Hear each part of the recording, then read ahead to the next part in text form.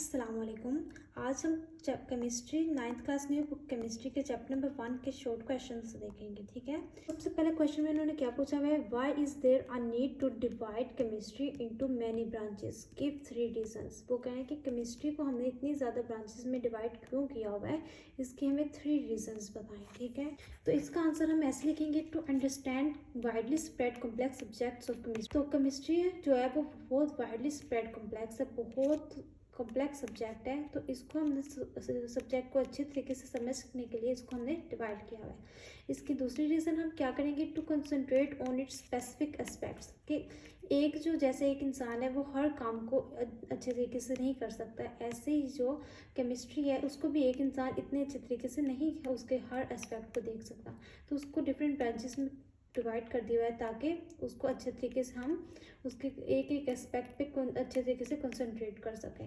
और इसकी तीसरी रीज़न हम क्या करेंगे कि इससे क्या होगा, it helps in more efficient research and development. इससे क्या होगा कि एफिशिएंट रिसर्च और डेवलपमेंट होगी। ठीक है, कि एक इंसान जब एक ही टॉपिक को अच्छे तरीके से पढ़ेगा तो उस पर अच्छे से रिसर्च कर पाएगा और अच्छे से उसकी जो है वो न्यू चीज़ों को डेवलपमेंट कर सकेगा। ठीक है, अब क्वेश्चन नंबर 2 में उन्होंने क्या पूछा है कि reactions may take place due to electrons present outside the nucleus or they may take place inside the nucleus।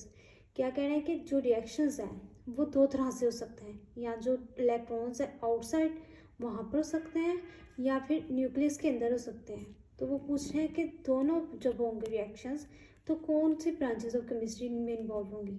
ठीक है, तो क्वेश्चन नंबर 2 का आंसर हम ऐसे लिखेंगे कि जब आउटसाइड द इलेक्ट्रॉन्स की बात होगी ना, कि जब आउटसाइड द इलेक्ट्रॉन्स जो रिएक्शंस कर रहे हैं तो वो फिजिकल केमिस्ट्री है। ठीक है, physical chemistry studies reaction involving electrons outside the nucleus.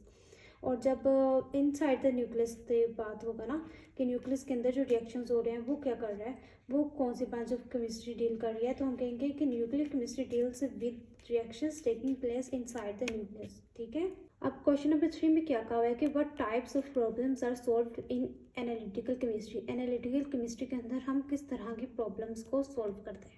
ठीक है, तो इसके आंसर में हम क्या लिखेंगे कि the problems that are solved in analytical chemistry is separation. हम डिफरेंट चीज़ों को सेपरेट करते हैं, आइडेंटिफिकेशन करते हैं कि इसमें कौन कौन सी कोई मिक्सचर दिया हुआ है तो इसमें कौन कौन सी चीज़ें हैं, and determination of the components, और उसके कंपोनेंट्स को हम डिटरमाइन करते हैं present in the material.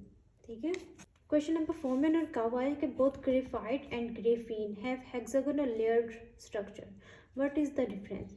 Graphite और ग्रेफीन दोनों का ही हेक्सागोनल लेयर्ड स्ट्रक्चर है, तो दोनों में डिफरेंस क्या है। ठीक है, इसके आंसर में हम क्या कहेंगे, जो graphene is a single layer of carbon atom arranged in a hexagonal lattice with each carbon atom bonded to the carbon 3 carbon atoms.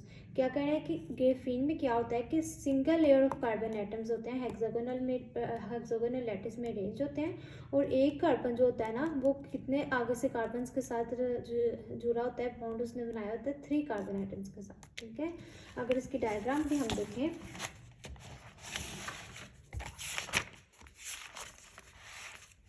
तो ये डायग्राम थी इसकी, ये ग्रेफीन की डायग्राम देखें, एक हेक्सागोनल रिंग है, ये एक ही लेयर है, एक दूसरे के ऊपर स्टैक नहीं हुए हुए। ठीक है, और ये सिंगल लेयर में अरेंज्ड है, और एक कार्बन जैसे कि इसको अगर हम सपोज कर लेते हैं तो आगे से ये 3 कार्बन के साथ अटैच है, एक ये वाले, एक ये वाले और एक ये वाले। ठीक है,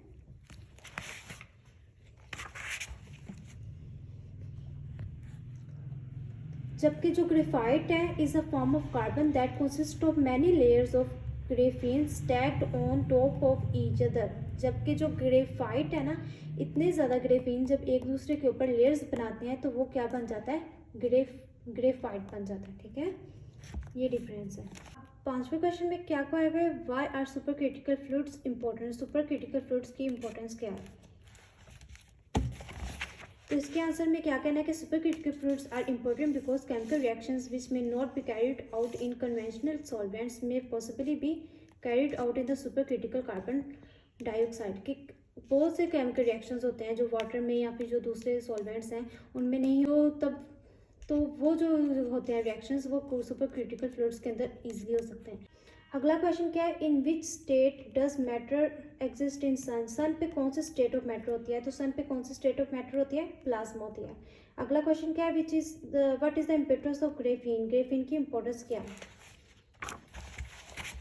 graphene is a strong light and super conductive material used in electronics, batteries and medicine. ठीक है, ग्रेफीन क्या है, स्ट्रॉन्ग है, लाइट है और सुपर कंडक्टिव मटेरियल है। कहाँ कहाँ यूज होता है, इलेक्ट्रॉनिक्स में, बैटरीज में और मेडिसिन में।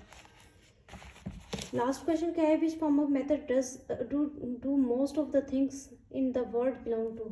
इस अर्थ में ज़्यादातर जो मटेरियल है वो कौन सा पाया जाता है, तो इस अर्थ में ज़्यादातर मटेरियल है वो क्या पाया जाता है, सॉलिड पाया जाता है। ठीक है, तो इसका आंसर क्या है, सॉलिड। ठीक है, आज के लिए इतना ही, अल्लाह हाफिज़।